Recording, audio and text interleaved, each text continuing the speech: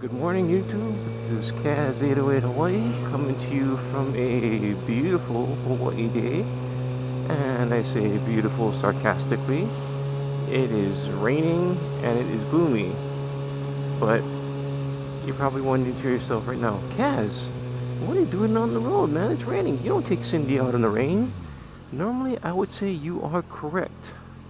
However, today I am taking Cindy over to RevTech to get my Power Commander installed. So I guess I'm sacrificing and breaking one of my rules and riding in the rain just to get this done. So I basically switched her back to full noob mode, which is low power mode, and traction setting 3, which is like the full traction setting. So hopefully I don't have any mishaps. But to be totally honest with you, right now, my biggest concern is my feet slipping, because I have the Alpine Stars SMX, SPX. I'm sorry, I can never remember. But anyway, it's the traction on the shoe better than the fast lanes, but that's also not saying a whole lot.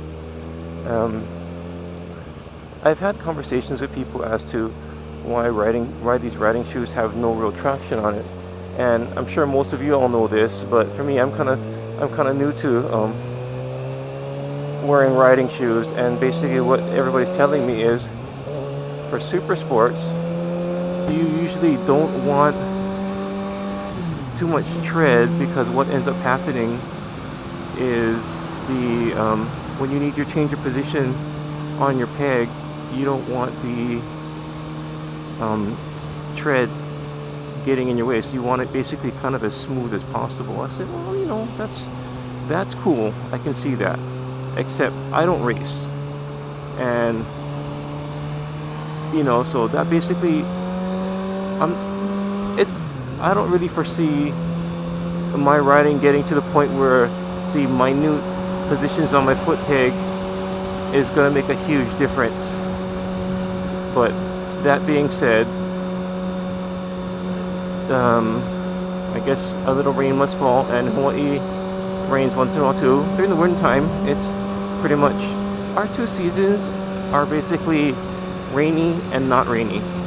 You know, so our color changes consist of green and brown. That's about it.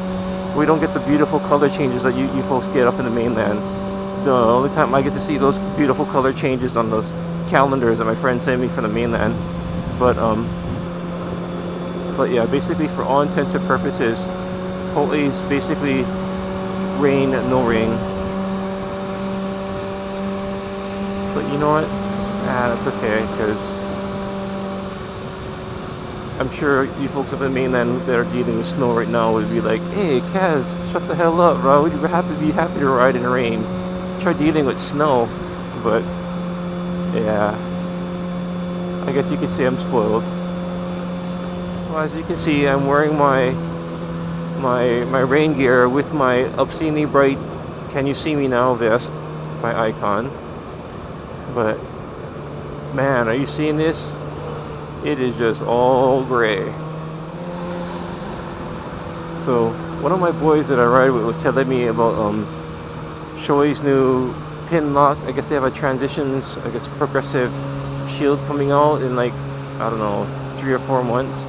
Man, I can't wait for it. I'm hoping it's dark enough, because for me, I'm not one of those guys that can ride at night with a dark shield. For me, I have to wear a clear shield. I just don't feel comfortable wearing a dark shield at night.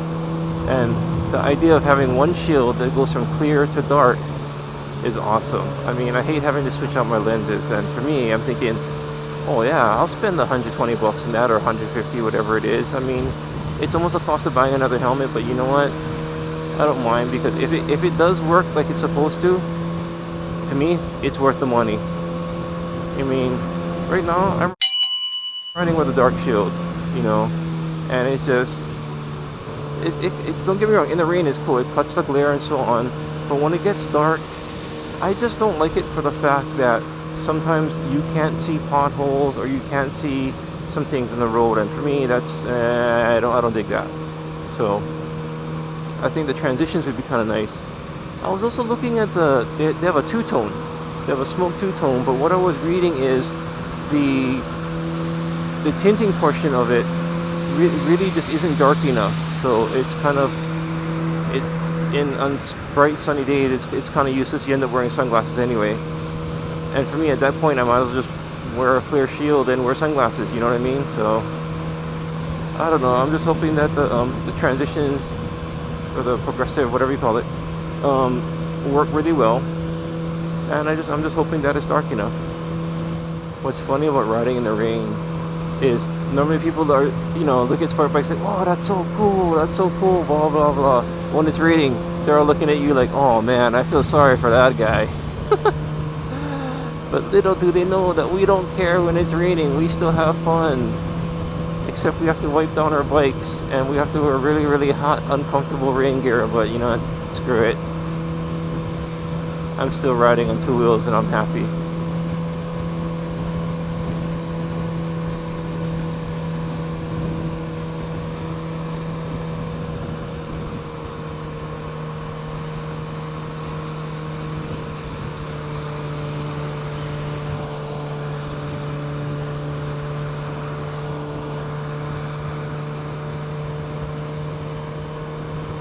I heard the funniest, actually I read the funniest thing in one of my friend's Facebook pages. She rides a Mini Cooper and she was getting her car serviced by one of the, I would say, less reputable safety inspection places on the island. But anyway, she was asking them what they thought about as far as other cars and what cars to get, and the guy said, not yours, because yours is expensive to fix. So the funny part was, she asked him, oh, what about Kias? He goes, oh, Kias, yeah, you drive them, you use them, then you throw them away. They're just like rubber slippers. See, oh, okay, well, in Hawaii we call them rubber slippers. On the mainland, I think you guys call them shower shoes or flip-flops. But basically what his point was, you just basically, you use it, and once you use it, you run it into the ground and you toss it. I thought that was kind of funny. Okay, so here's my random thought. For those of you folks that have gotten new bikes or have just gotten into riding, when it's raining and the ground is wet, how much do you lean in your turns? And how, I mean, for me, I lean somewhat, but it's still, there's a little thing in the back of my mind that it's kind of like, it's wet, how much traction am I getting? Do I want to end up low siding? So I guess my question, I guess you experienced riders also, at what point did you push past that 60 degrees, go to 45 degrees, or you know what I mean, or what have you? When did you start getting to the point that in the rain you're almost dragging your knee or what have you? I mean, obviously you watch, Isle of Man and MotoGP, they race in the rain, but then again they're also riding in, race tires that are heated and so on. But so I guess my other question to you guys, if you guys want to leave a comment on that, is at what point did you really start getting nuts in the rain? For me, it's kind of a double thing, because it's one, it's a newer bike, more powerful newer bike also, and two, for me it's just okay. At what point, little by little getting a little more brave. But the one thing is, I would hate to push the limit one day and you get to see a really, really cool crash video. You know what I mean? So. But, so my question to you is, at what point did you start pushing the limit